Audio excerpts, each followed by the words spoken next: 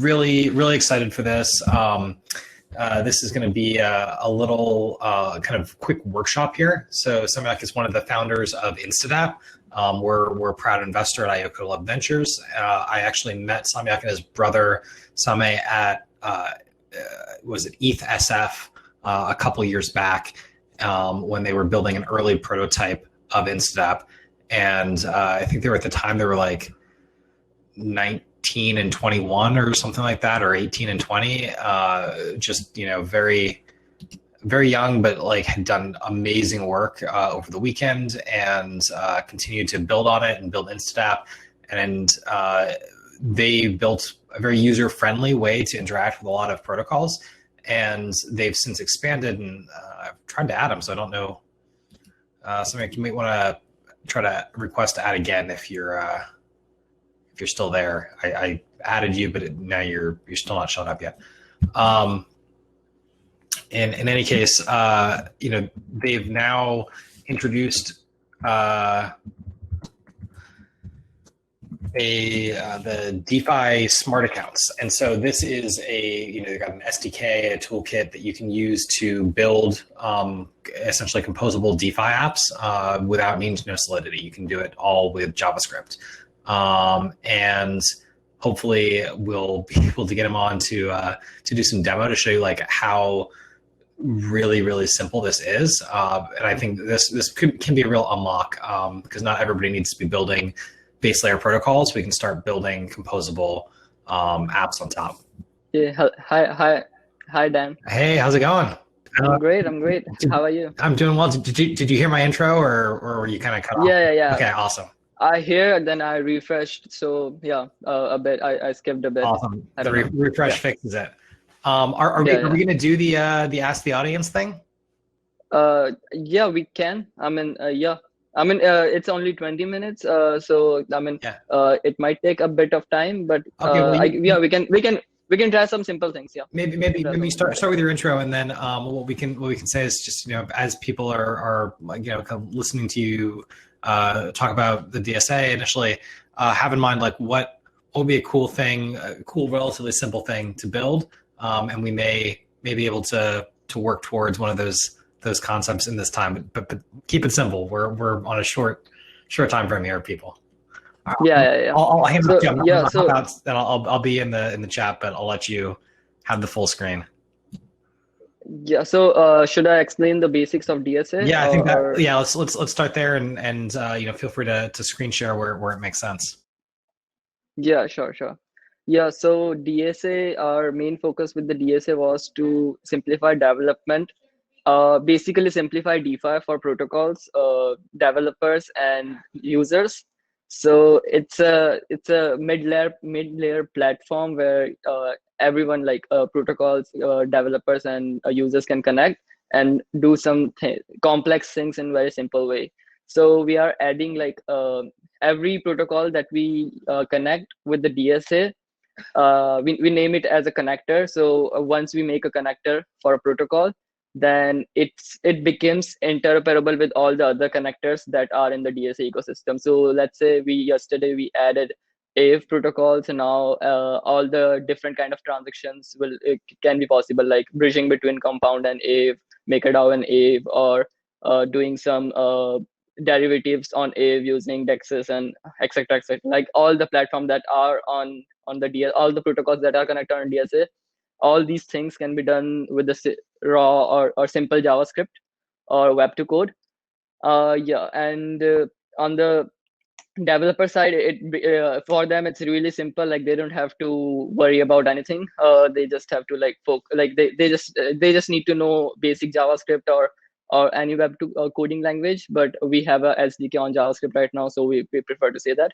So yeah, they can directly do any complex transaction, like whatever we have built till now on Instadap also can be done with a normal JavaScript, and all the complex use cases and all the complex things on the complex interoperability or the arbitrage opportunities or running bots or anything like can be done with a normal JavaScript.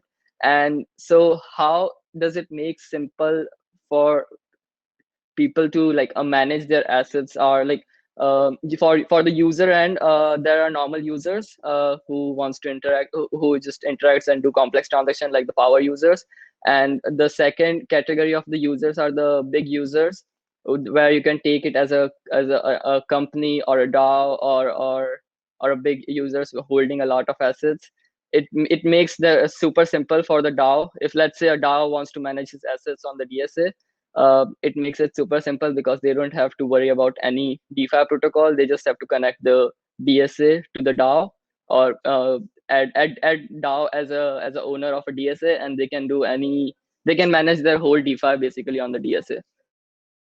Super simple for all the layer of users or developers. So I'll just share my screen now. If anyone has any doubts, I'll be happy to answer them. But just share my screen now, and maybe anyone has any suggestion? Just a minute. Now let's say I have this compound position on the DSA right now, which has zero point 0.2 worth of Ethereum and 25 worth of USDC. Let's say I want to shift my dApp, or borrow rates on DAI is 1.6%, and borrow rates on USDC is 5.65%. So let's say I want to shift my USDC dApp into DAI. Like how will I do that? How complex will it be? Or so I'll just make the whole code in front of you, so that it will make it easier for everyone to like understand how is it working. So let's say first I'll just I'll flash borrow USDC to pay back some USDC. Then I'll just a minute. So I borrowed some USDC, and then I want to pay back some USDC on compound USDC, and let's say I'm paying my complete USDC depth and some set ID 1, and okay. So this through this transaction, I'm paying back my USDC depth on compound, and I'm paying it maximum. Through the second, I'll borrow some DAI. So let's say right now my depth is 25, so I'll borrow 25.1 DAI maybe for easier calculation for now. Just a minute. I borrowed 25.1 DAI from compound, and with the 0 ID, I'll swap the DAI into USDC now. So that so how the whole transaction will go is I'll first pay back my USDC depth. I'll pay back my USDC depth. I'll take a flash loan. I'll pay back my USDC depth. I'll borrow some DAI. I'll swap those DAI into USDC and then return the flash loan. So I'll have the final depth I'll have will be on DAI, and the initial depth was my on USDC. And my borrow rates, then I'll be paying 1.6% rather than paying 5.65% on USDC. So basically I'm saving money, and I've never done this transaction before, but I'm just preparing the whole code in front of you, like how easy it is to make the whole thing work. So borrow DAI 25.1, and I'll swap the DAI into OSs for now.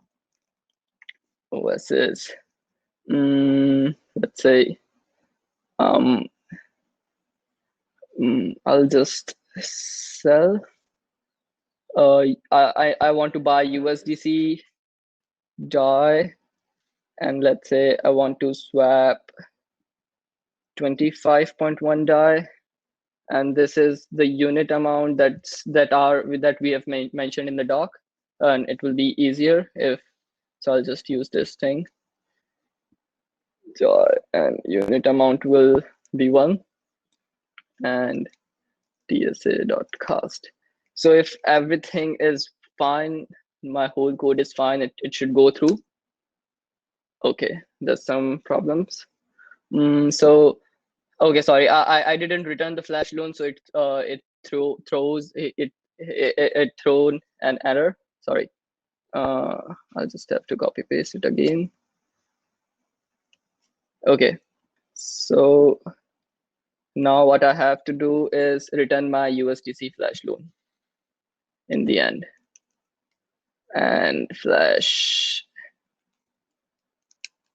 pay back it is, and I'll return my maximum loan, and there it goes. So yeah, as you all can see, I'll just increase the gas price for now to do the transaction in a hurry. Okay, so the transaction went, it's here. Yeah, so the transaction just went through, and I'll just reload the page, and my USDC depth should be shifted to DAI with all the code I've done in front of you. So I have now the depth is in DAI, and the borrow is, I'm paying 1.6% rather than 5.65%. And here is the whole transaction that went through. Borrow, I borrowed, like I flash borrowed 20,000 USDC. The flash loan is free, so you no matter if you borrow 20 DAI, 20 USDC, 20,000 USDC, or 200,000 USDC, until or unless you just return it in the end. I paid back my whole debt. I just took 25.1 DAI debt just for yeah, and then I swapped my debt into in OSs for USDC. Then I paid back the I returned the whole USDC back to the flash loan, and this is my final position. I think I've done. So I think does anyone have any doubts, or any doubts on the whole process or anything? I'll be happy to explain more. I think like that was the basic, like how you can start development on DSA, and that's Yeah, so I'm gonna hop in here to ask some questions while there's yeah, sure. others are welcome to. So like, if you've got questions, type them in the chat. We can also put you on video. So that seemed a lot easier than what normally I see people going through. I mean, you helped build this, so you're familiar with it, but I mean, it really does seem very simple. So I guess one of the questions I have is like, what are the limits of this? Like, what are some of the things that people might want to build in DeFi that you're like, yeah, you probably shouldn't use these like DSA tools. Like, you're going to want to get down to raw solidity yourself. So basically, if you are building a protocol, then you will need a solid as the mid-layer protocol, or an end user, or a simple developer, or a let's say a team who wants to manage their assets, or a DAO who wants to manage their assets on on DeFi. DSA would be the best choice because they can do any kind of transaction in any way. But for the protocol, you need solidity. Like for the core protocol, like MakerDAO Compound, you can't do it with the JavaScript. So basically, yeah. So those are the only limitations. And on the developer side, like we build connectors, and if there is some extra things we need to add according to some use case, so we can deploy a new connector with adding those new extra features. So it's like it's an ongoing process. Like if a developer comes with some doubts, and he thinks like, and we think like it's a doable, or it's a sensible thing, then we can deploy a new connector, add it to the DSA ecosystem, and then developer can use it in that way. So yeah, I mean, I don't think. Yeah. So you're one of the questions. So Mason was asking to clarify. So you're connecting to Aave to be able to do like flash loans via Aave. No. So we have an inbuilt flash loan, because the kind of the flash loan, how all the flash loans in the market, how they work, would not be possible in the DSA ecosystem, like in an easier way. So we created our own flash loan. So if you can see, we created our flash loan on top of Compound, and you can see is like the borrow happened from Compound, and the last payback happened on Compound. So we did it on Compound, but we are thinking of going to raw tokens in medium future, as it will be like more sensible. Like it takes less gas, and yeah. Wait, so let me just make sure that we're getting this right. So you basically, using the DSA, you can actually use it to do flash loans from Compound, even though Compound doesn't natively support flash loans.